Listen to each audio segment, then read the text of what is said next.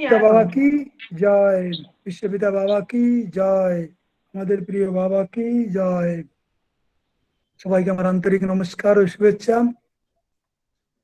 তো আজকের আলোচ্য বিষয়, একটু আগে আমাদের সান্দিতা দিদি বললেন, মানুষের ক্লেশের কারণ ও তা থেকে মুক্তির উপায়। বাবারই একটা প্রবচনকে কেন্দ্র করে আজকের এই আলোচনা। বাবা এখানে ব্যাখ্যা করছেন, মনস্তাত্ত্বিক একটা দার্শনিক একটা ব্যাখ্যা দিয়েছেন যে ক্লেশ কাকে বলে। যে ক্লেশ নিয়ে আমরা আলোচনা করব, সে ক্লেশ মানে বাবা বলছেন ক্লেশ একটা মানসিক বৃত্তি। আমরা জানি বৃত্তি মানে মনের অভিপ্রকাশের, মনের ব্যক্তিকরণের যত উপায় আছে প্রত্যেকটাকে একটা বৃত্তি বলা হয়। সেই বিচারে বৃত্তি তো হাজার, কিন্তু সেটাকে মুখ্যত 50টা বৃত্তিতে বিভক্ত করেছেন বাবা। কিন্তু এই ক্লেশ, মানসিক কষ্ট, মানসিক যাতনা, দুঃখ, এসব যেটা আসে, যেটা আমরা ভোগ করি বা আমাদের পথে চলার পথে আমাদের তার সম্মুখীন হতে হয়, সেটা একটা বৃত্তি। ক্লেশটা কি বাবা এখানে ব্যাখ্যা করছেন। বাবা বলছেন যে কোনো মানসিক অভিব্যক্তির ক্ষেত্রে একটা তো মনের, যেহেতু অভিব্যক্তি তাই মনের একটা তরঙ্গ, মনের একটা ভাইব্রেশন। আমরা জানি যেখানেই অ্যাকশন সেখানে ভাইব্রেশন, যেখানে ভাইব্রেশন থাকে সেখানে তরঙ্গ থাকে। তো তরঙ্গ তরঙ্গ সেই তরঙ্গ এখানে থাকে, সেখানে কি হয়, একটা সংকোচ বিকাশী গতি থাকে। তরঙ্গ মানে সংকোচ বিকাশী গতি। তো প্রতিটি মানসিক অনুভূতির একটা সংকোচ বিকাশী গতি থাকে, মনের একটা সংকোচ বিকাশী গতি থাকে। আবার মন কাজ করে ইন্দ্রিয়গুলোর মাধ্যমে। সেই ইন্দ্রিয়গুলোকে কর্মান্বিত করতে বা কার্যান্বিত করতে মনকে সাহায্য নিতে হয় স্নায়ুকোষ আর স্নায়ুতন্তু। তাই স্নায়ু তো সেই স্নায়ু তন্তু, তাদের মাধ্যমে যে ইন্দ্রিয়গুলোকে অ্যাক্টিভেট করা হয়, সেই স্নায়ু তন্তুরও একটা সংকোচ বিকাশী গতি থাকে। তো ক্লেশ কি সেখানে ব্যাখ্যা করতে গিয়ে বাবা বলেছেন, যখন মনের অনুভূতির সংকোচ বিকাশী যে গতি, তার সঙ্গে এই যে স্নায়ুতন্তুর যে সংকোচ বিকাশী গতি, এই দুটো যখন সমান্তরাল হয়, দুটো যখন একই ধারা এগিয়ে চলে, একই গতিতে এগিয়ে চলে, একই ছন্দে এগিয়ে চলে, তখন সেটা হচ্ছে কি শান্তির অবস্থা, সুখের অবস্থা। তাই বাবা আনন্দ সূত্রে বলেছেন অনুকূল ও বেদনীয়ম সুখম। এই দুয়ের যখন তরঙ্গগুলো, ভাইব্রেশন গুলো, সংকোচ বিকাশী গতি যখন সমান্তরাল থাকে, অনুকূল থাকে, তখন কি হয়, তখন সেটা সুখের অবস্থা। আর যেখানে সেই মনের সেই সংকোচ বিকাশী গতির সঙ্গে স্নায়ু তন্তুর সংকোচ বিকাশী গতি যেখানে এক তালে চলে না, এক ছন্দে চলে না, বা সমান্তরালতা রক্ষা করতে পারে না, সেখানে হয় কি দুঃখ, সেখানে হয় কি কষ্ট। সেটা হচ্ছে প্রতিকূল অবস্থা। তাই প্রতিকূল বেদনীয়ম দুঃখম বাবা আনন্দ সূত্র বলেছেন। তো বাবা বলছেন এই যে প্রতিকূল অবস্থা, এই যে যখন মনের সংকোচ বিকাশী গতির সঙ্গে স্নায়ু তন্তুর সংকোচ গতি যেখানে সমান্তরাল হতে পারছে না, সমান্তরালতা অক্ষুণ্ণ রাখতে পারছে না, তখন যে মনের অবস্থা, তাকে বলা হয় ক্লিষ্ট বৃত্তি, অর্থাৎ মনে ক্লেশ, মনে কষ্ট এসে গেছে, তাই তাকে বলা হয় ক্লিষ্ট বৃত্তি বা ক্লেশ। আর যখন দুইয়ের মধ্যে সমান্তরালতার বজায় থাকে, সমান্তরালতা অক্ষুণ্ণ থাকে, তখন তাকে বলা হয় অক্লিষ্ট বৃত্তি, অর্থাৎ সেখানে ক্লেশ নেই, সেখানে আছে শান্তি, সুখ, সব রয়েছে। এটা হচ্ছে মনস্তাত্ত্বিক ব্যাখ্যা বাবা দিয়েছেন এ বিষয়ে। তো একটু উদাহরণ দিতে পারি। যেমন ধরুন কেউ যদি মিষ্টি খেতে ভালোবাসে, খুব মিষ্টি প্রেমী, তাহলে যেহেতু সে মিষ্টি খেয়েছে, তার মনের অনুভূতির মধ্যে কিন্তু একটা সেই মিষ্টির সম্বন্ধে একটা সংকোচ বিকাশী একটা তরঙ্গ বা একটা গতি একটা রয়ে গেছে। এবার যখনই সে মিষ্টির নাম শোনে, যে মিষ্টি সে পছন্দ করে, সেই মিষ্টি সে কথা চিন্তা করে বা সেই মিষ্টি খেতে শুরু করে, তখন তার মনের যে অলরেডি একটা সংকোচ বিকাশী তরঙ্গ রয়েছে, গতি রয়েছে, তার সঙ্গে সেই মিষ্টির সেই যে খাওয়ার যে স্নায়ুগত যে সংকোচ বিকাশী তরঙ্গ তার সঙ্গে সমান্তরাল হয়ে যায়, যেহেতু তার মিষ্টিটা তার প্রিয়। আর সমান্তরাল হয়ে গেলে কি হয়, সে দারুণ খুশি অনুভব করে, দারুণ সুখ অনুভব করে। তো সেটাকে বলা হয় অক্লিষ্টাবৃত্তি, অর্থাৎ তার মধ্যে কোনো ক্লেশ নেই, অক্লিষ্টাবৃত্তি। তো এভাবে হচ্ছে বাবা ব্যাখ্যা করেছেন ক্লিষ্টাবৃত্তি, অক্লিষ্টাবৃত্তি আর অক্লিষ্টাবৃত্তি। এবার আমরা আলোচনা করব এই যে ক্লিষ্টাবৃত্তি বা এই যে ক্লেশ, সেই ক্লেশের মূল কারণ কি, দার্শনিক কারণ কি, মনোবৈজ্ঞানিক কারণ কি, সে বিষয়ে আমরা আলোচনা করব। বা বলছেন এই যত মানসিক ক্লেশ আসে, এই যে ক্লিষ্টবৃত্তি বা ক্লেশের উদ্ভব হয় মনে, সেটা হয় অবিদ্যার প্রভাবে। অবিদ্যা যখন প্রভাবশালী হয়, প্রভাব বিস্তার করে মনের উপরে, তখন এই ক্লেশ বৃত্তির উদ্ভব হয়। তো অবিদ্যাকে বাবা বলছেন যে যার অপর নাম হচ্ছে চরম অজ্ঞতা, সেই সেই অবিদ্যা, সেই যে চরম অজ্ঞতা, সেটা বাবা বলেছেন পঞ্চস্তরে বিভক্ত, তার 5টা ভাগ রয়েছে। কি কি সে 5টা ভাগ? না, অবিদ্যা, অস্মিতা, রাগ, দেশ ও অভিনিবেশ, এই 5টা ভাগে বিভক্ত রয়েছে। এই 5টা ভাগে বিভক্ত হয়ে অবিদ্যা আমাদের মনে ক্লেশ সৃষ্টি করে, মনকে ক্লিষ্ট করে তোলে, মনে দুঃখ কষ্টের উদ্ভব হয় এই 5টা অবিদ্যার প্রভাবে। আমরা এক এক করে সেই 5টা যে অবিদ্যার যে ভিন্ন ভিন্ন নাম, ভিন্ন ভিন্ন অবস্থা, সে সম্বন্ধে আলোচনা করব, ব্যাখ্যা করব, তাহলে আমাদের বুঝতে সুবিধা হবে। প্রথম আমরা অবিদ্যা, অস্মিতা, রাগ, দেশ, অভিনিবেশ, এর 5টার মধ্যে প্রথমে আমরা অবিদ্যা নিয়ে আলোচনা করি। অবিদ্যাটা কি এবং কিভাবে সেটা আমাদের মনকে প্রভাবিত করে, কিভাবে আমাদের মনে ক্লেশ সৃষ্টি করে। বাবা একটা শ্লোক বলছেন এখানে, অনিত্য অসুচি দুঃখ মনাত্মসু নিত্য সুচি সুখাত্মক খ্যাতি অবিদ্যা। অবিদ্যা কাকে বলা হবে? না, যখন অনিত্যকে আমি নিত্য বলে মনে করব, যখন অসুচিকে আমি সূচি বলে গণ্য করব, যখন দুঃখাত্ম জিনিসটাকে আমি সুখাত্ম বলে মনে করব, এবং যখন অনাত্মতত্ত্বকে আমি আত্মতত্ত্ব বলে ভুল করব বা মেনে নেব, সেই ক্ষেত্রেই কি হয়, এই ক্লেশটা সৃষ্টি হয়, এই ক্লিষ্ট বৃত্তিটা সৃষ্টি হয়। আমরা এক এক করে ব্যাখ্যা করব।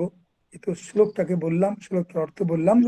আমরা এবার দেখি এই অবিদ্যা, এই যে কথাগুলো বললাম, অনিত্যকে নিত্য, অসুচিকে অসুচি, দুঃখাত্মকে সুখাত্মক এবং অনাত্মতত্ত্বকে আত্মতত্ত্ব বলে আমরা যখন ভুল করি, তখনই ক্লেশের সৃষ্টি হয়। কিভাবে সেই ভুলগুলো করি, কিভাবে সেই ক্লেশটা আসে, আমরা এক এক করে সেটা ব্যাখ্যা করব। আমরা জানি এই পাঞ্চভৌতিক জগতের সবকিছুই ক্ষণস্থায়ী, চিরস্থায়ী তো নয়, দীর্ঘস্থায়ীও নয়, সবকিছু ক্ষণস্থায়ী। আবার বলছিলেন এই জগতে যা কিছু আছে সবকিছুই গতিশীল। এই জগৎটার নামই হচ্ছে গমধাতুকে প্রত্যয় করে জগৎ, অর্থাৎ সবসময় চলে চলেছে, যে মুহূর্তে এক নিমেষের জন্য যে থেমে নেই। এই চলমান জগতে কোনো কিছুই চিরন্তন শাশ্বত নয়। আর তাই যে আসে সে যায়, কট কামেত গয়ে তলছ, যা আগচ্ছতি স্বগচ্ছতি, বলেছেন। মনস্তত্ত্ববিদরা বলেন একটা মানুষ একটা নদীতে দুবার স্নান করতে পারে না, দুবার ডুব দিতে পারে না। কেন? একবার যে স্নান করলাম, একবার যে ডুব দিলাম, যে জলে আমি স্নান করলাম, যে জলে ডুব দিলাম, তার পরক্ষণেই সেই জলটা তো বয়ে চলে গেছে। আবার দ্বিতীয়বার যখন স্নান করছি, দ্বিতীয়বার যখন ডুব দিচ্ছি, তখন কি হচ্ছে, তখন তো অন্য জলধারা এসে গেছে। তো এইভাবে আমরা দেখতে পাই যে এই জগতের কোনো কিছুই দীর্ঘস্থায়ী নয়, চিরস্থায়ী তো নয়, বরং বলা যায় ক্ষণস্থায়ী। কিন্তু মানুষ ভুল করে কি করে, অবিদ্যার প্রভাবে সে ভাবে এই জগতে যা কিছু আছে সে সবই চিরকাল থাকবে, চিরকাল থাকবে, আর চিরকাল আমি তার থেকে সুখ অনুভব করব, তার থেকে সুখ পাবো, তাকে আঁকড়ে ধরে থাকতে চায় চিরকালের জন্য। এটা হচ্ছে অবিদ্যার প্রভাবে হয়। তাই কি হয়, তাই সে মনে সেই ক্লেশ, ক্লেশ তার মনে আসে এবং ক্লেশে সে ভোগে। এবং এই যে ত্রুটিপূর্ণ চিন্তন প্রক্রিয়া, ত্রুটিপূর্ণ চিন্তনের ফলে, অবিদ্যা ফলে এই যে দুঃখ বা ক্লেশটা সে পায়, এই ত্রুটিপূর্ণ চিন্তাকেই বলা হয় কি, না অবিদ্যা। আমরা এবার এক এক করে ব্যাখ্যা করি। বাবা চারটি জিনিস বলেছেন এখানে। প্রথমে আমরা দেখি যে অনিত্যকে কিভাবে আমরা নিত্য মনে করি। আমরা জানি এই জগতে ধন সম্পদ, টাকা কড়ি, পরিবার পরিজন, যা কিছু আমরা দেখছি, যা কিছু আমরা পাচ্ছি, যা কিছু নিয়ে আমরা চলছি, কেউ চিরকাল থাকার জন্য আসে না। এই প্রপঞ্চ জগতের কিছুই চিরস্থায়ী নয়। তাই শাস্ত্রে বলা হয়, আমরা ছোটবেলায় পড়েছিলাম, মা কুরু ধন জন যৌবন গর্বং নিমেষাৎ কালে হরতি সর্ব। কোনো কিছুই দীর্ঘস্থায়ী ভাবে থাকে না, চিরস্থায়ী ভাবে থাকে না, আমরা জানি। তবুও মানুষ কি করে, সে সব নিয়ে কত গর্ব, কত অহংকার, কত হাম্বড়া ভাব প্রতিনিয়ত মানুষ করে। আগেই বলেছিলাম, গ্রামে যাদের খুব ধান থাকে, যাদের অনেক জমি জমা থাকে, তাই বলা হয় যার আছে ধান তার কথা টান টান, আর যার আছে টাকা তার কথা বাঁকা বাঁকা। কেন? অহংকারে, ইগো, হাম্বড়া ভাব।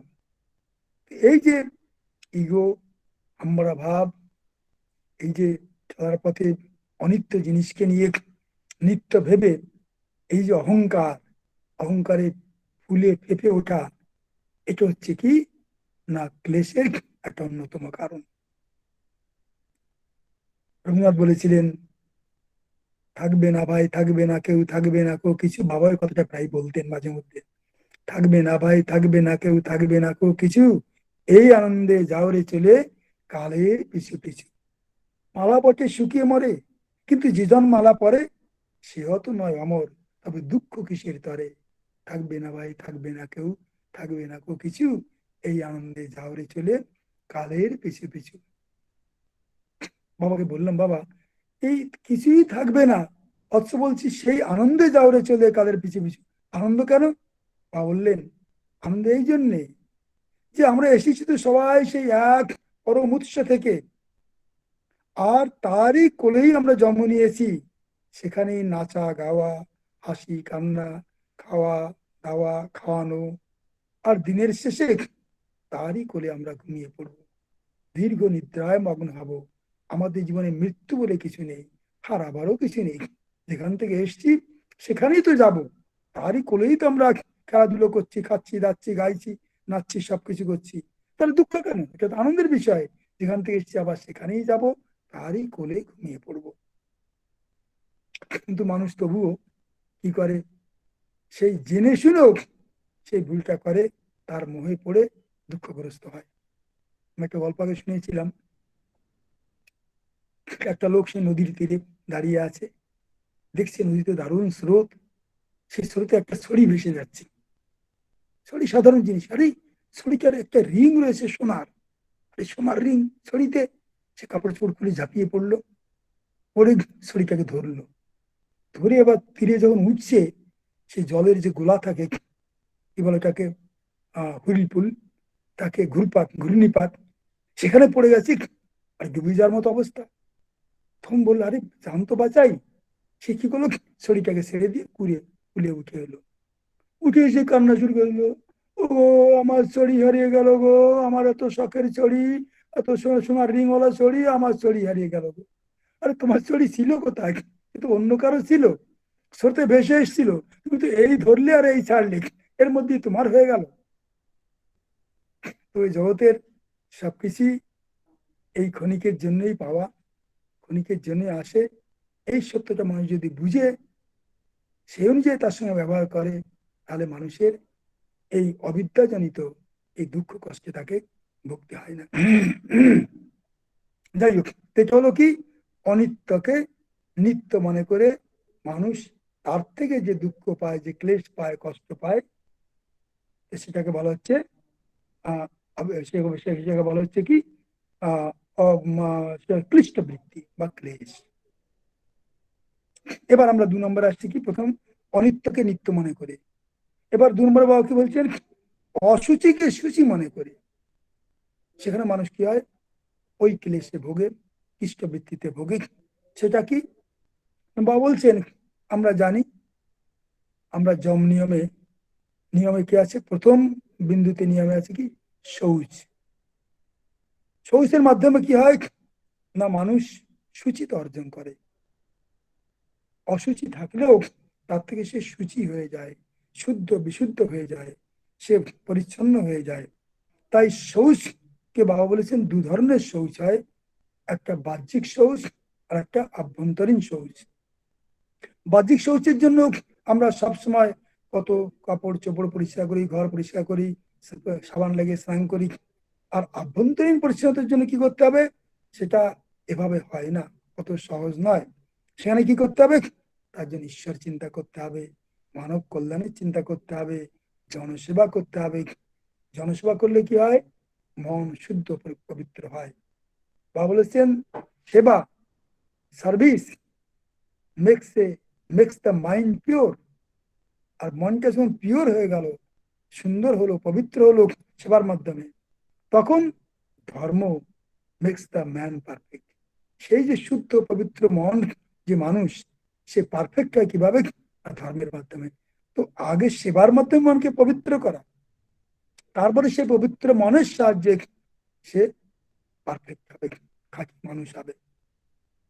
তো যাই হোক, তো এই যে কি বলে, সবসময় ঈশ্বর চিন্তা করা, ইষ্ট মন্ত্র জপ করা, গুরু মন্ত্র জপ করা, মানব কল্যাণের চিন্তা করা, এটা হচ্ছে কি সুচিতা, সুচি সম্পন্ন চিন্তা বা কাজ।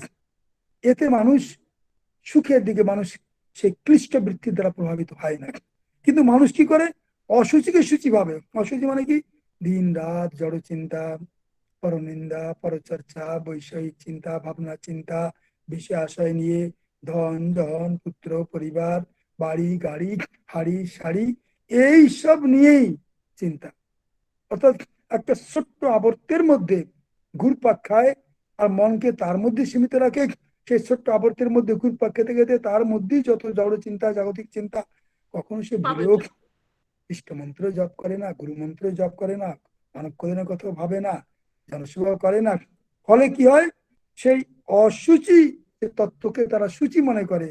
আর শেষে কি হয়, নিজেরও ক্ষতি, সমাজেরও ক্ষতি। আর সেই অবিদ্যা দ্বারা সে গ্রস্ত হয়, শেষে সে এই ক্লিষ্ট বৃত্তি দ্বারা প্রভাবিত হয়, সে ক্লেশ ভোগ করে। তাই এইভাবে অসুচিকে সূচি মনে করে মানুষ কি করে, সে ক্লেশের ক্লেশ বৃত্তির দ্বারা প্রভাবিত হয়, ক্লিষ্ট বৃত্তি প্রভাবিত হয়, সে ক্লেশ ভোগ করে। করতে হবে কি না, অসুচিকে সূচি নয়, সূচি যে যাতে হয়, সূচিমূলক যেটা যে চিন্তা আছে, সেই চিন্তা, সেই কর্ম, সেই জনসেবা, সেই ধরনের কাজ করতে হবে। তাহলে কি হবে, সে আর এই ক্লেশগ্রস্ত হবে না, সে ক্লিষ্ট বৃত্তির দ্বারা প্রভাবিত হবে না। এটা হলো, আমি বললাম যে অনিত্যকে নিত্য মনে করা, অসুচিকে সূচি মনে করা, এবং তার দ্বারা মানুষ প্রভাবিত হয়ে ক্লিষ্ট বৃত্তিগ্রস্ত হয়। এবার 3 নম্বর হচ্ছে কি না, দুঃখাত্মক সুখাত্মক।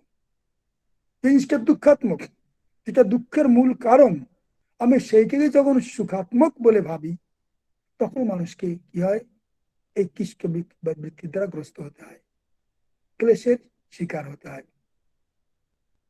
বাবা বলছেন যে মানুষ তামসিক আহার করে, কত রকমের তামসিক খান পানের ফলে কি হয়, অখাদ্য কুখাদ্য খায়, যা মানুষের খাওয়া উচিত নয়, মানুষের শরীরে যা যাওয়া উচিত নয়, মানুষ তাই করে।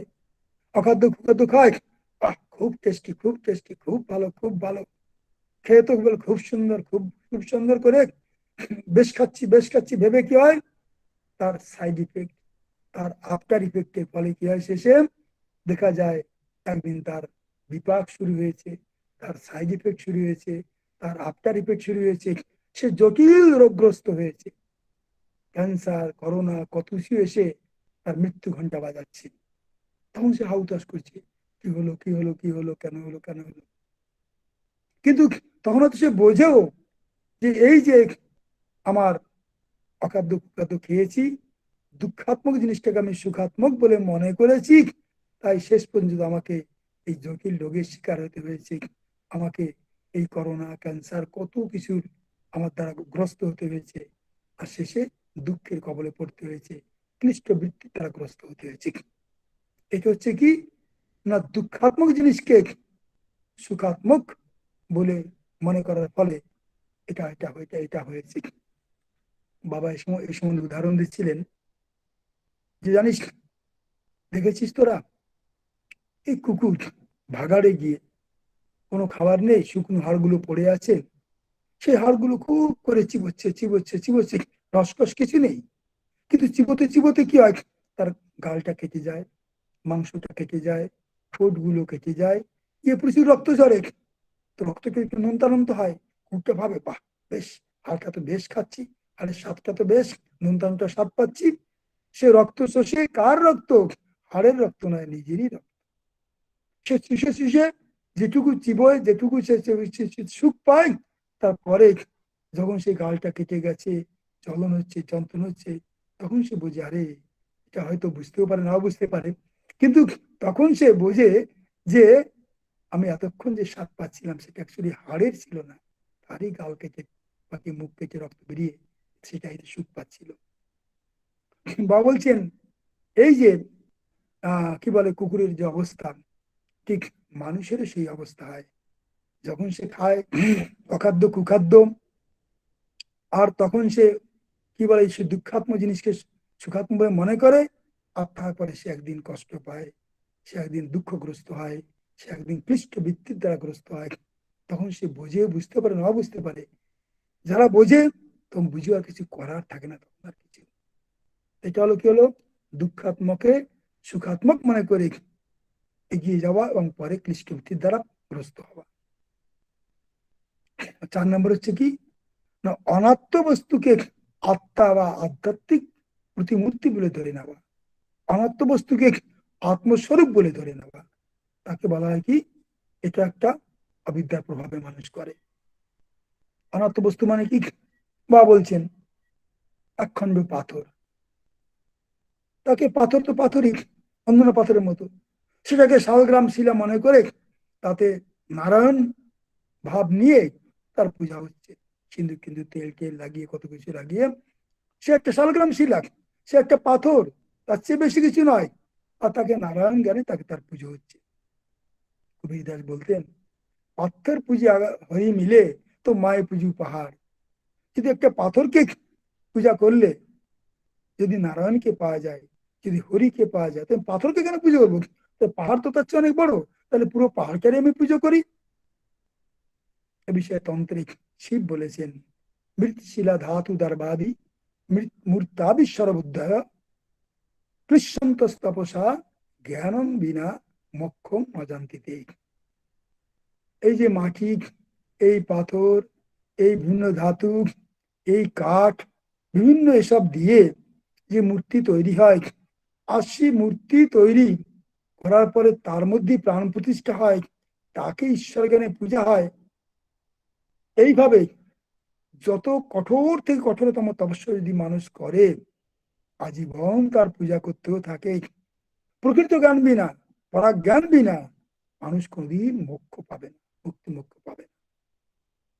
2-4 দিন পুজো তো করলো, করার পরে দেখা যায় সে মূর্তিটাকে রাস্তার পাশে ফেলে দিয়েছে, ড্রেনে পড়ে আছে, আর ঘাড় কাত করে পড়ে আছে, মাথাটা ভেঙে পড়ে আছে, হাত পাগুলো ভেঙে পড়ে আছে।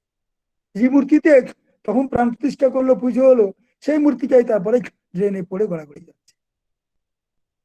তো এভাবে এই যে যে জড় পদার্থ, সে মাটি হোক, ধাতু হোক, কাঠ হোক, তাই দিয়ে মূর্তির পুজো করে কি হয়, মানুষ চায় এই অনাত্ম বস্তুকে, অনাত্ম বস্তুকে মানুষ আত্মাস্বরূপ জেনে নিয়ে বা আধ্যাত্মিক ভাব দ্বারা প্রতিমূর্তি জেনে নিয়ে তার যে পুজো পাঠ করছে, এটা কি হয়, অনাত্মকে আত্মস্বরূপ ধরে নেওয়া। এর পরিণাম ভালো কিছু হয় না, সে জড়ে পরিণত হয়, সে জড়গ্রস্ত হয়, তার দ্বারা মুক্তি মুখ্য কিছু হয় না। আমাকে একবার গল্প বলেছিলাম যে কোনো একটা মন্দিরের সামনে বড় বড় দুটো বাঘ বানানো ছিল। একজন ভদ্রলোক তার ছোট মেয়েকে সাথে করে নিয়ে সে মন্দিরে যাচ্ছে পুজো দিতে বা ফুল চড়াতে। মেয়েটা সে বাঘ দুটো দেখেই একবারে বাবা বাঘ বাঘ বাঘ বাঘ, খেয়ে ফেলবে ঝাঁপিয়ে পড়বে। বলছে আরে না, এই বাঘ তো পাথরের তৈরি, মাটির তৈরি, এর মধ্যে প্রাণ নেই, এ কোন খেতে পারে না, এ ঝাঁপিয়ে পড়তে পারে না। মেয়েকে বলছে বাবা, এই পাথরের তৈরি বাঘ যদি খেতে না পারে, ঝাঁপিয়ে পড়তে না পারে, তার কোনো কর্মশক্তি নেই, সে কিছুই করতে পারে না, কেবল কি বলে দৃষ্টি নন্দনের জন্য রাখা হয়েছে, তাহলে এই পাথরের তৈরি মূর্তি যাতে আমরা ফুল চড়াতে যাচ্ছি, মালা চড়াতে যাচ্ছি বা কি বলে অর্ঘ্য দিতে যাচ্ছি, সে তাহলে কি করে আমাদের আশীর্বাদ করবে, কি করে আমাদের কৃপা করবে, কি করে আমাদের উপকার করবে? সে অত পাথরের, সে অত মাটিরই তৈরি, তার মধ্যে তো প্রাণ নেই। তিনি বললেন তাই তো, মেয়ে তো ঠিকই বলছে। ভদ্র বললেন তারপর থেকে আমি আর কোনোদিন ওই মন্দিরে মাটির মূর্তিকে পুজো করতে যাই না বা পুজো করি না। যাই হোক, এই অনাত্ম বস্তুকে আত্মার ভাব নেওয়া বা আত্মার আধ্যাত্মিক প্রতিমূর্তি স্বরূপ জানা, এতে মানুষ বিপথেই পরিচালিত হয়, মুক্তি মুখ্য কখনো সে পায় না। তো এটা হলো কি, অনাত্ম বস্তুকে আত্মা বা আধ্যাত্মিক প্রতিমূর্তি হিসেবে ধরে এগিয়ে যাওয়া। তাতেও কি হয়, শেষ পর্যন্ত মানুষ দুঃখগ্রস্ত হয়, ক্লিষ্টগ্রস্ত হয়, ক্লিষ্ট বৃত্তির দ্বারা প্রভাবিত হয়। তাই তার মুক্তি মোক্ষ বা আধ্যাত্মিক উন্নতি কখনো হয় না। তো এটা এতক্ষণ আমরা বললাম অবিদ্যা। এবার আমরা দ্বিতীয় বিন্দুতে আসছি কি, অস্মিতা। এটা একটা অবিদ্যারই একটা বিশেষ স্তর, বিশেষ রূপ। সেটা কি, বা বলছেন এই অবিদ্যার এই যে দ্বিতীয় স্তর অস্মিতা, এটা কি, নাকি হচ্ছে মানুষ কাজ করে তার ইন্দ্রিয়গুলোর সাহায্যে, জ্ঞানেন্দ্রিয়, কর্মেন্দ্রিয়, এদের মাধ্যমে কাজ করে। আর মনও যে কাজ করে, ইন্দ্রিয়ের মাধ্যমেই মন কাজ করে। মন হচ্ছে মন হচ্ছে কি না, সে হচ্ছে মাস্টার, আর ইন্দ্রিয়গুলো হচ্ছে তার নির্দেশে কাজ করে। এই যে মনের নির্দেশে ইন্দ্রিয়গুলো কাজ করে, এইভাবেই মানুষের তার শরীরকে কর্মান্বিত হয় বা কার্যান্বিত হয়, শরীরটা কাজ করে। তো বাবা বলছেন এই যে মন যদি সাক্ষী সত্তা হিসাবে না থাকতো, বা জ্ঞানেন্দ্রিয় বা কর্মেন্দ্রিয়গুলোর ক্রিয়াকে যদি সে সমর্থন না করত, বা মনের দ্বারা সমর্থিত না হতো, তাহলে কিন্তু জ্ঞানেন্দ্রিয় কর্মেন্দ্রিয় কিছুই করতে পারত না। মনের স্বীকৃতি রয়েছে বলে, মনের সমর্থন রয়েছে বলে জ্ঞানেন্দ্রিয় কর্মেন্দ্রিয় কাজ করছে। উদাহরণস্বরূপ বাবা দিচ্ছেন যে যেমন দেখা, দর্শন ক্রিয়া।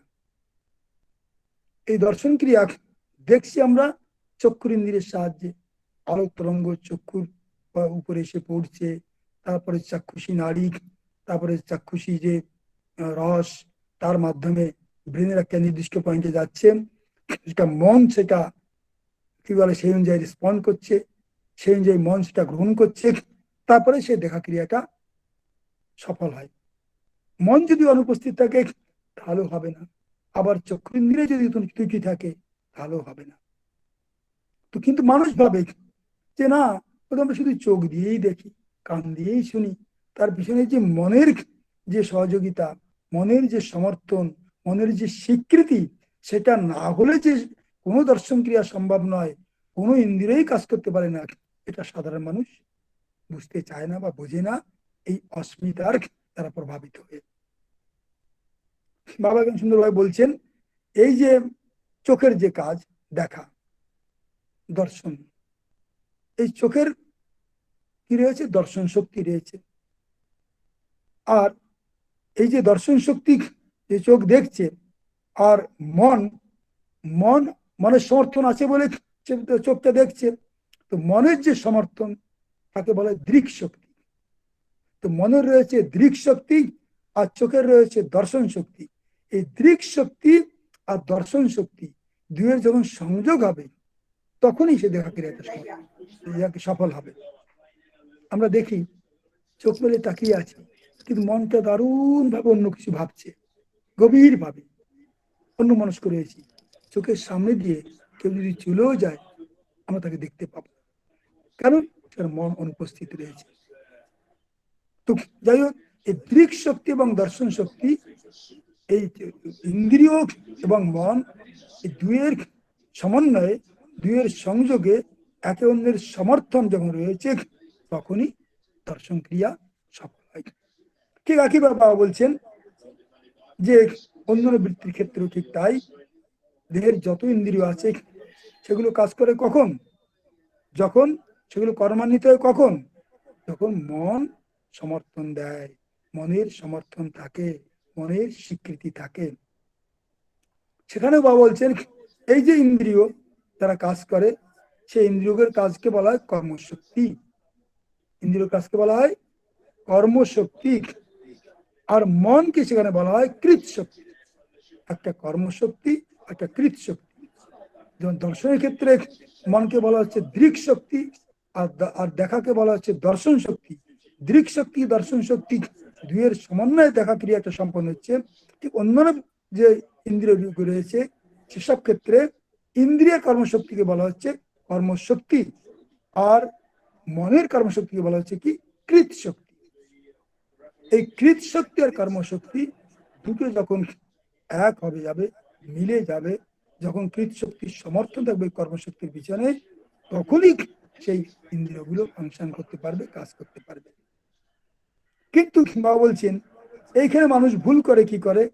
সেই প্রকৃত জ্ঞানের অভাবে বা এই অস্মিতার প্রভাবে পড়ে কি হয়, মানুষের কৃতশক্তি কর্মশক্তিকে ভুল করে এক করে ফেলে। ভাবে কর্মশক্তি মানে বোধহয় কৃতশক্তি, দুকে ভাবে এক, দুকে পৃথক, সেটা মানুষ বুঝতে চায় না। ঠিক তেমনি দৃক শক্তি ও দর্শন শক্তি দেখার ক্ষেত্রে সেখানে এক করে ফেলে। তবে দেখছি মানে বোধহয় আমিই দেখছি, পিছনে যে মনের সমর্থন রয়েছে সেটা মানুষ বুঝতে চায় না। এটা এই ভ্রান্ত ভাবের জন্য, এই অজ্ঞতাজনিত কারণে কি হয়, মানুষ যে কারণে মানুষ যে দুঃখ পায় বা কষ্ট পায় তাকে বলা হয় অস্মিতা। কেন কষ্ট পায়? এই অজ্ঞতাজনিত কারণে। কারণ দেখার কাজটা সম্পন্ন হচ্ছে তো মনের সাহায্যে, ইন্দ্রিয়গুলো কার্যান্বিত হচ্ছে তো মনের সাহায্যে, তারা কর্মান্বিত হচ্ছে মনের সাহায্যে, অর্থাৎ মন নিয়ন্ত্রণ করছে সবকিছু। মনের সেই নিয়ন্ত্রণ যদি ইন্দ্রিয়ের উপরে হারিয়ে ফেলে, ইন্দ্রিয় যদি মন নিয়ন্ত্রণ না করে, ইন্দ্রিয় যেদিকে যাবে মন সেদিকে ছুটে যাবে, তাহলে দুঃখ আসবে। এখানে উপনিষদে বলা হয়েছে আত্মানাং রতিনাং বিদ্ধি শরীরাং রতম এবাতু বুদ্ধিং তু সারথিং বিদ্ধি মন প্রগ্রহ মেবাচ। এই শরীরের হচ্ছে রথ, আত্মা হচ্ছে রথি, আর বুদ্ধি হচ্ছে সারথি, আর মন সে হচ্ছে লাগাম, আর ইন্দ্রিয়গুলো হচ্ছে ঘোড়া। সেই ইন্দ্রিয়গুলো তো ঘোড়া, তার সংস্কার অনুযায়ী যেদিকে মন সেদিকে ইন্দ্রিয়গুলো তো টেনে নিয়ে যাবে। এখানে মনের কাজ হচ্ছে কি, লাগামের কাজ হচ্ছে কি নিয়ন্ত্রণ রাখা, না খবরদার ওদিকে যাবে না, এদিকে যাও, এদিকে যাও। তা যদি মনের পরে নিয়ন্ত্রণ না থাকে, মনকে আমি সেইভাবে ট্রেন না করি, মনকে সেইভাবে প্রশিক্ষিত না করি, তাহলে কি হবে? ইন্দ্রিয়ের দাস হবে মানুষ। আর ইন্দ্রিয়ের দাস হলে কি হবে? মনের দৃক শক্তি দিয়ে দর্শন ক্রিয়াকে যে নিয়ন্ত্রণ করা, আর কৃত শক্তি দিয়ে কর্মশক্তিকে নিয়ন্ত্রণ করা, সেটা সে হারিয়ে ফেললে কি হবে? মন অন্তর্মুখী হবে না, মন বহির্মুখী হবে। তারপরে সে দুঃখ কষ্টে ভুগতে থাকবে, সেই পুরো শরীর রূপী রথকে গর্তে নিয়ে ফেলে দেবে, তার দুর্ভোগের আর শেষ থাকবে না। তখন রোগ শোক অসুখ বিসুখ দুঃখ কষ্টে জ্বালায় সে চলে মরবে। এটা হচ্ছে কি হয় না, অস্মিতার ফলে হয়। অর্থাৎ মনকে পৃথকভাবে প্রশিক্ষিত না করে, ট্রেনিং না করে, সেভাবে তৈরি না করে যদি শুধু বাইরের ইন্দ্রিয়মুখী হই, ইন্দ্রিয়ের প্রভাবেই আমি ছুটে চলি, তাহলে তারই অবস্থা হয়। এটা হলো কি অস্মিতা। আমরা বুঝলাম অস্মিতাটা। এইভাবে অস্মিতার প্রভাবে পড়ে মানুষ কি হয়, ইন্দ্রিয়মুখী হয়, মনটা বহির্মুখী হয়, জড়মুখী হয়, মনের নিয়ন্ত্রণ হারিয়ে ফেলে, মনকে সেভাবে প্রশিক্ষিত করে না, তো তারও দুঃখ কষ্টে শেষ থাকে। এভাবে আমরা দেখতে পাচ্ছি কি, তো অবিদ্যা যেভাবে কিভাবে কাজ করে, কিভাবে আমরা ক্লিষ্ট হই, কিভাবে দুঃখগ্রস্ত হই, সেটা আমরা ব্যাখ্যা করলাম। এবার আমরা আসি রাগ। না কি বলো, অবিদ্যা, অস্মিতা দুটো দেখলাম। তারপরে তৃতীয় আসছে কি, রাগ। রাগ মানে কোন বস্তুর প্রতি আসক্তি। এই আসক্তিটা কেন হয়? অনেক সময় কুসংসর্গে পড়েও আসক্তি হয়। কুসংসর্গে পড়ে মানুষ সিগারেট খাওয়া শেখে, মদ খাওয়া শেখে। আবার অনেক সময় ভুল বই পড়েও মানুষ আসক্ত হয়। আবার কোনো অবাঞ্ছিত ব্যক্তির প্রভাবে পড়েও মানুষ এইভাবে কোনো জিনিসের প্রতি আসক্ত হয়। তো যখন সে আসক্ত একবার হয়ে গেল, তখন সে অন্ধের মতো সেই বিষয়ের প্রতি সে ছুটতে থাকলো, ছুটে চললো।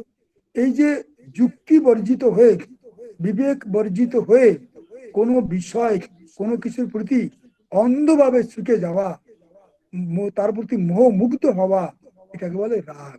রাগ মানে আকর্ষণ, তার দিকে ছুটে যাওয়া। বাবা একবার বলছিলেন যে এই যে 50টা বৃত্তির মধ্যে তো প্রায় 50% মোটামুটি তামসিক স্বভাবের, মোটামুটি 50% হচ্ছে সাত্বিক স্বভাবের। তো এই যে তামসিক স্বভাবের বৃত্তিগুলো মানুষের অধপতনের কারণ, এর মধ্যে বাবা বলছেন সবচেয়ে বড় কারণ হচ্ছে অহংকার। অন্য বৃত্তিগুলো কম বেশি মানুষকে নিয়ে কি বলে অধপতনের পথে নিয়ে যায়, কিন্তু অহংকার সেটা হচ্ছে সবচেয়ে বড় শত্রু। কেন কেন সবচেয়ে বড় শত্রু? অহংকার মানুষের, অহংকার বেড়ে গেলে কি হয়, তার মধ্যে পরম পুরুষকে পেতে বা আধ্যাত্মিক উন্নতির জন্য সবচেয়ে যেটা বড় দরকার ফ্যাক্টর, যে কি না, শরণাগতি, শরণাপন্ন, আত্মনিবেদন, আত্মসমর্পণ। তারপরে সবচেয়ে বড় বাধা অহংকার। হ্যাঁ, আমরা, আমি কিছু কম নয়, আমি একটা বড় কেউ কেটা, কিসের সমর্পণ, কার কাছে সমর্পণ? এই অহংকার হচ্ছে সমর্পণের পথে সবচেয়ে বড় বাধা। এবং বাবা বলছেন তারপরেই আসক্তি। আসক্তিও তাই। আসক্তি মানুষকে ভাসিয়ে নিয়ে যায়, বুদ্ধি বিবেক কোনো কিছু কাজ করে না।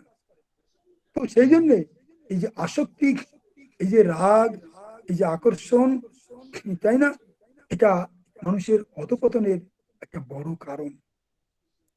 এবং সেই জন্য আমরা দেখতে পাই, বাবা বলেছেন এই যে আসক্তি, এই যে রাগ, এতে কি হতে হবে? বিরাগ হতে হবে, বৈরাগ্য আনতে হবে। অর্থাৎ বাবা একটা শ্লোক রয়েছে, যে শ্লোকে বাবা বলছেন যে জগতের সবকিছুরই একটা আকর্ষণ আছে, সবকিছুই মানুষকে টেনে নিচে নামাতে পারে, কিন্তু শ্লোকটা হচ্ছে ভোগে রোগ ভয়ং, গুণে খল ভয়ং, রূপে তরুণা ভয়ং, কুলে চ্যুতি ভয়ং, মানে দৈন্য ভয়ং, বৃত্তে নিপারাত ভয়ং, বলে রিপু ভয়ং, শাস্ত্রে বাদী ভয়ং, কায়ে কৃতান্তাদ ভয়ং, সর্ববস্তু ভয়ান্বিতং, ভুবি নৃণাং বৈরাগ্য মেভা ভয়ং। জগতের সবকিছুর পিছনে ভয় থাকে। কেন ভয় থাকে? মনে করুন কোনো বস্তু বিষয় প্রতি দারুণ আসক্তি, দারুণ মোহ, অন্ধভাবে সে তার দিকে ছুটে যায়।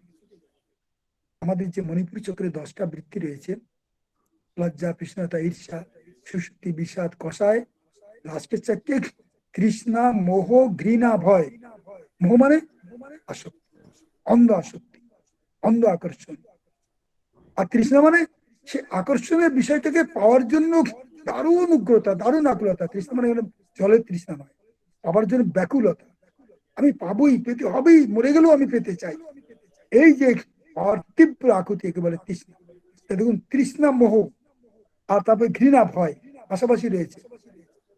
যখন সে দারুণ ভাবে সে তৃষ্ণা মানে তার দিকে ছুটে যায়, সে মোহগ্রস্ত হয়ে তখন ভাবে যে আমার পথে কেউ বাধা স্বরূপ কাজ করবে না তো, যাকে বাধা স্বরূপ ভাবে তার প্রতি তার ঘৃণা জন্মে। আর সবসময় ভয় থাকে, তাই তো আমি পাবো তো, পাবো তো, আমি আমার বস্তুটাকে আমি বিচ্যুত হবো না তো।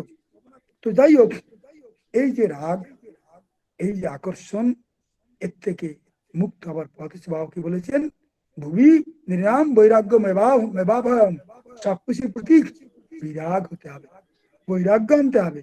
কোনো কিছুর প্রতি অন্ধভাবে আকৃষ্ট হয়ে ছুটে গেলে তার গতি দুর্গতি হয়। এটা হলো রাগ। তৃতীয় হচ্ছে কি না, তৃতীয় রাগ। চতুর্থ হচ্ছে দেশ। দেশ মানে, দেশ মানে ঠিক রাগের উল্টো। অর্থাৎ রাগ হচ্ছে আকর্ষণ, আর দেশ হচ্ছে বিকর্ষণ। বা বলছেন দেশ মানে কি, কোন বস্তুর বৈশ্বিক বা বৈদিক প্রভাবের ফলে কি হয়, মানুষের মনে দেশ উৎপন্ন হয়। তখন সে যুক্তিতর্কের বাইরে কি বলে, কোন বস্তুর প্রতি মানে এই যে বিকর্ষণ জাগে, সেখানে যুক্তিতর্ক ধার ধারে না, সেই বিকর্ষণ জাগে। তখন সেই যে বিকর্ষণ, তাকে বলা হয় দেশ। আবার সেই দেশটা যখন স্থায়ীভাবে তার মনে বাসা বেঁধে ফেলে, বদ্ধমূল হয়ে যায়, তাকে বলে বিদ্বেষ।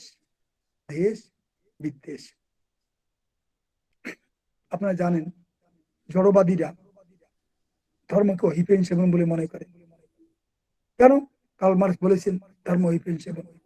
কার্ল মার্কস যখন বলেছেন, তোমার বিবেক বুদ্ধির আর লাগাবার দরকার নেই, সেটা অহিংসা সেবন। তো এই যে দেশ বা এই যে বিকর্ষণের ভাব, রাগ হচ্ছে আসক্তি, তার উল্টোটা। এর মাধ্যমে কি হয়, মানুষ ভুল পথে পরিচালিত হয় এবং মানুষের দুঃখের কারণ হয়ে দাঁড়ায়। আপনারা জানেন যখন বেঙ্গলে খুব কমিউনিস্টদের বলবো মানে ছিল, ডমিনেশন ছিল আমাদের স্কুলে, আমাদের কি বলে, তখন তারা ছেলেকে পড়াতো না, কারণ আনমার্গের স্কুল, আনমার্গের শিক্ষা। ধীরে ধীরে যখন দেখলো শিক্ষা তো খুবই ভালো, তো তখন তাদের ছেলে মেয়েদের আমাদের স্কুলে পড়াতে শুরু করলো। লোকে বলছে, আরে আপনি কমরেড, উঁচু মাপে কমরেড, অন্য স্কুলে পড়াচ্ছেন? না না, ভালো নয়, খুবই খারাপ। এদের শিক্ষা কেমন? আমাদের সাংস্কৃতিক অনুষ্ঠানে আসছে, কি বলে আপনি আনমার্গের সাংস্কৃতিক অনুষ্ঠান? বলে হ্যাঁ, আনমার্গ খুবই খারাপ, কিন্তু এদের সংস্কৃতি, এদের গান, এগুলো খুবই ভালো। আরে আপনি আনমার্গের ত্রাণ নিচ্ছেন কি ব্যাপার? না না না, আনমার্গের ত্রাণটা ভালো, কিন্তু আনমার্গ খারাপ। তো কেন খারাপ? যেহেতু কার্ল মার্কস বলেছি, কারো দ্বারা প্রভাবিত হয়ে মিসগাইডেড একটা কোনো জিনিসের প্রতি বিকর্ষণ তৈরি হওয়া, তার ফল হয় দুঃখজনক। তো যাই হোক, এভাবে আহ কখনো মানুষ কারো দ্বারা মিসগাইডেড হোক, কারো প্রভাবে পড়ে হোক, কোনো জিনিসের প্রতি বিবেককে বন্ধক দিয়ে বিবেক বর্জিত হয়ে বিদ্বেষ বা দেশ উৎপন্ন করা, সেটা মোটেই ভালো জিনিস না। লাস্ট হচ্ছে অভিনিবেশ। অভিনিবেশ মানে কি? মানে অবিদ্যার একটা শেষ স্তর, কিন্তু এটা খুবই বিপজ্জনক স্তর। কেন? অভিনিবেশ বলেছে তাকে, আমরা দেখবেন অনেক বিদ্বান মানুষ আছে, অনেক জ্ঞানী গুণী মানুষ রয়েছে, তারা কি করে, তারা কিন্তু বোঝে, তারা জানে কোন জিনিসটা কি, কোন জিনিসটা কেমন, তার কতটা লাভজনক দিক বা ক্ষতিকারক দিক তারা বোঝে।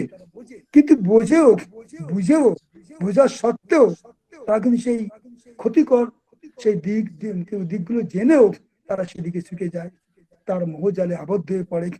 শেষে কি হয়, তারা সর্বনাশ হয়, তাদের ক্ষতি হয়, ব্যক্তিগত ক্ষতি হয়, সমাজের ক্ষতি হয়। এটা তাদের দুর্বলতার জন্য। বাবা উদাহরণ দিলেন, কোন মদ্যপায়ী, সে কি জানে না যে মদ্যপান করলে ক্ষতি হয়? ভালোভাবেই জানে, এবং সে জেনে শুনে মদ্যপান করে, এবং মদ্যপান করে কি হয়, শেষ পর্যন্ত নিজেরও সর্বনাশ এবং পরিবারেরও সর্বনাশ, সবকিছু হয়।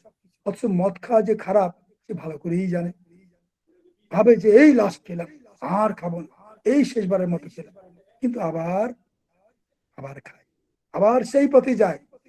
জানে যে মদ খেলে লিভার পচে যায়, কিডনি পচে যায়, পুরো শরীরটাই নষ্ট হয়ে যায়, পরিবার বিধ্বস্ত হয়ে যায়, সব জানে, কিন্তু জেনে শুনেও কি করে, সে তাই খায়।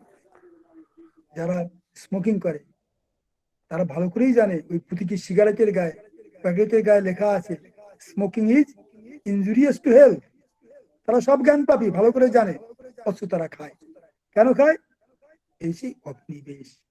এই যে জেনে শুনেও বিপথে পা দেওয়া, বিপথে পা বাড়ানো, নিজের ক্ষতি করা, শরীরের ক্ষতি করা, মনের ক্ষতি করা, আর্থিক উন্নতির পথে বাধক হওয়া এবং সমাজের ক্ষতি করা, পরিবারকে ধ্বংস করে দেওয়া, জানাশোনা সত্ত্বেও, এটি হচ্ছে অবিদ্যার যে অভিনিবেশ, সেই কি বলে স্তরের জন্য তার প্রভাবে পড়ে মানুষ এটা করে। সবাই জানে পৃথিবীতে প্রতি বছর লক্ষ লক্ষ নয়, কোটি কোটি মানুষ ধূমপান জনিত কারণে মৃত্যুবরণ করে। কোটি কোটি মানুষ, সবাই জানে। তবুও ধূমপায়ীদের সংখ্যা কিছু কমে না, তারা সমানে ধূমপান করতে থাকে। যাই হোক, এভাবে আমরা দেখতে পেলাম যে এই যে 5টা অবিদ্যার যে রূপ, অবিদ্যার যে স্তর, সেটা মানুষকে কিভাবে মানুষকে টেনে নামায়, মানুষের দুঃখের কারণ হয় এবং মানুষকে শেষ পর্যন্ত সমাজকে, ব্যক্তিকে ধ্বংসের পথে নিয়ে যায়, আধ্যাত্মিক অধোগতির কারণ হয়ে দাঁড়ায়। এইভাবে সেই কি বলে, এই 5টা যে অবিদ্যার যে স্তর, তার প্রভাবে পড়ে মানুষ কিভাবে দুঃখ, ক্লেশ, কষ্টকে ডেকে আনেন।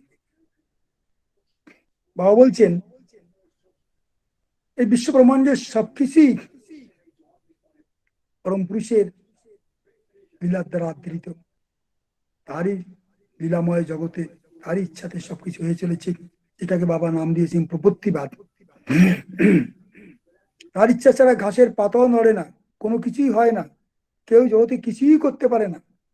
তো এই যে প্রপত্তিবাদ, এই প্রপত্তিবাদের বাদ যেটা রয়েছে, সেই যে পরম পুরুষের ইচ্ছাতেই সবকিছু হয়, বুদ্ধিমান মানুষ কি করবে? তার ইচ্ছাতেই যখন সবকিছু হয়, তার ইচ্ছাতে ছাড়া ঘাসের পাতাও নড়তে পারে না, তার ইচ্ছা ছাড়া মানুষ কেন, জীব জন্তু পশু পাখি কেউ কিছুই করতে পারে না, সবাই অসহায়। তাহলে বুদ্ধিমান মানুষ কি করবে? সে নিজেকে সেই শক্তির কাছে নিজেকে সঁপে দেবে, তার স্মরণে আসবে। একে বলে শরণাগতি। বলছেন এই পঞ্চস্তরীয় যে অবিদ্যা, সেই চরম অজ্ঞতারই নামান্তর। তার প্রভাবে মানুষের এই ক্লেশ বৃত্তির উদ্ভব হয়, মানুষের ক্লিষ্ট বৃত্তির উদ্ভব হয়, সে ক্লেশ ভোগ করে। সেই পরম পুরুষেরই শরণাপন্ন হতে হবে। গীতাতে কি বলেছেন কৃষ্ণ? দৈবী যে সা গুণময়ী মম মায়া দূরত্বয়া মামে ভজে প্রপদ্যন্তে মা বেতাং তরন্তি। এই যে মায়া, এই যে অবিদ্যা মায়া, এ কি এরা কি আছে? এরা কি না, এদের অতিক্রম করা, ওভারকাম করা, দূরত্ব সত্যি কঠিন, খুবই কঠিন, এক প্রকার অসম্ভব বলা যায়। তো কিভাবে অতিক্রম করবে? মামে বজে প্রপদ্যন্তে, যে আমার শরণাপন্ন হবে, যে আমার কাছে আত্মসমর্পণ করবে, আত্মনিবেদন করবে, যে শরণাগতিতে আসবে, সে কি পারবে? এই মায়াকে সহজেই অবলীলাক্রমে অতিক্রম করতে পারবে। গীতাতে কৃষ্ণ বলেছেন, বাবাও সেই কথা বলেছেন, যে শরণাগতি, সেই শরণাগতি হচ্ছে একমাত্র উপায়। এই পঞ্চ অবিদ্যা, অবিদ্যার যে 5টা রূপ, যে স্তর, তার থেকে নিজেকে বাঁচিয়ে চলতে, তার থেকে নিজেকে রক্ষা করতে, এবং এই ক্লেশ যে ভোগ মানুষ করে, এ তার মূল কারণ হচ্ছে এই 5টা যেই কি বলে স্তর, সেগুলো, তার থেকে বাঁচার এইটা হচ্ছে উপায়, যে শরণাগতি। নান্য পন্থা বিদ্যতে অয়নায়, অন্য কোন উপায় নেই। এই শরণাগতি, তার শরণাপন্ন হওয়া, সেটাই হচ্ছে এই এই যে ক্লেশের মূল কারণ, তার থেকে বাঁচার। তাই সেই পরম পুরুষের শরণাগত হওয়া, তাকে খুশি করে চলা, এটাই হবে আমাদের জীবনের ধ্যেয়। বা বলেছেন, if you want to please all, please on. 33 কোটি দেব দেবীর পুজো করে সারা দুনিয়ার কে পিছনে পড়ে কোনো লাভ হবে না, যদি পরম পুরুষকে খুশি করতে না পারি, তার শরণাগতিতে আসতে না পারি, তার চরণ ছুঁয়ে থাকতে না পারি। তাই সেটাই হবে আমাদের জীবনের লক্ষ্য, শরণাগতি, শরণাপন্ন হওয়া। আর আমি বলছি, বাবা বলেছেন, এই শরণাপন্ন যে হয়, শরণাগত যে হয়, যে নিজেকে আত্মনিবেদন করে, তার চরণে যে নিবেদিত হয়, সে পরম পুরুষের কৃপার অধিকারী হয়, গুরু কৃপার অধিকারী হয়। গুরু কৃপা ছাড়া অন্য কোনো কিছু সাধককে তার লক্ষ্যে পৌঁছাতে পারে না। গুরু কৃপা প্রথম কথা, গুরু কৃপা শেষ কথা। তাই এই গুরু কৃপা পেতে হলে কি চাই? আত্মনিবেদন চাই, আত্মসমর্পণ চাই, শরণাগতি চাই। কিন্তু শরণাগতি চাইলেই হওয়া যায় না, আত্মনিবেদন চাইলেই করা যায় না। রাজন বাবা কি করেছেন, জানিস, যখন কেউ আমি দেখি যে খুব চেষ্টা করছে আত্মনিবেদন করার, নিজেকে সমর্পণ করার, নিজেকে সঁপে দেওয়ার, তখন আমি একটু কৃপা প্রদর্শন করে দিই, একটু কৃপা কণা ঢেলে দিই। তখন কি হয়? ওই গুরু কৃপা পেলেই সে আত্মসমর্পণ করতে পারে, আবার আত্মসমর্পণের চেষ্টা থাকলেই সে গুরু কৃপা পেতে পারে। দুই হলো কি, একে অন্যের পরিপূরক। তাই সেটাই আমাদের জীবনের লক্ষ্য হবে, যেন আমরা সবসময় তার শরণাগত হতে পারি। তার শরণাগতি হচ্ছে একমাত্র এই সমস্ত ক্লেশ থেকে, দুঃখ কষ্ট থেকে পরিত্রাণ পাবার উপায়। সেটাই আমাদের জীবনের লক্ষ্য হওয়া উচিত। পরমপিতা বাবা কি জয়। ধন্যবাদ দাদাকে। খুব সুন্দর, শেষের কথাটা খুবই গুরুত্বপূর্ণ।